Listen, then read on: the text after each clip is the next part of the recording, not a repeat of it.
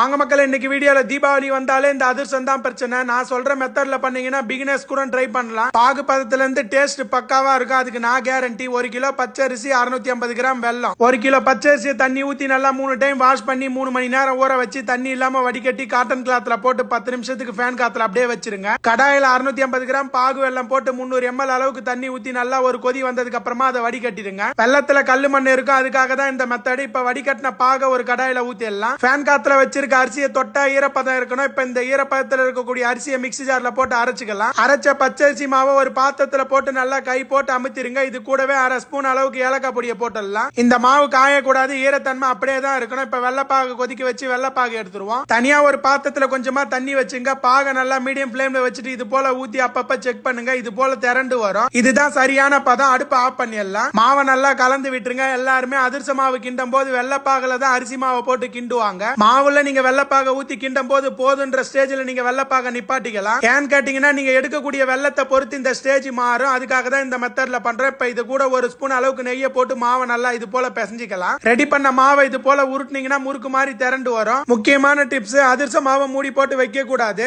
மறுநாள் இந்த அதிர்சத்தை எடுத்து இது போல தட்டி எண்ணெயில மீடியமான ஃபிளேம்ல போட்டுருவோம். அதிர்சத்தை 2 பக்கம் நல்லா சுட்டு எடுத்து ஒரு கரண்டி வச்சு எண்ணெய் அழுத்தி எடுத்துருங்க. தீபாவளி பலகாரம் வேணும்னா நம்ம வாங்க மக்களை யூடியூப் சேனலை மறக்காம சப்ஸ்கிரைப் பண்ணிடுங்க மக்களே.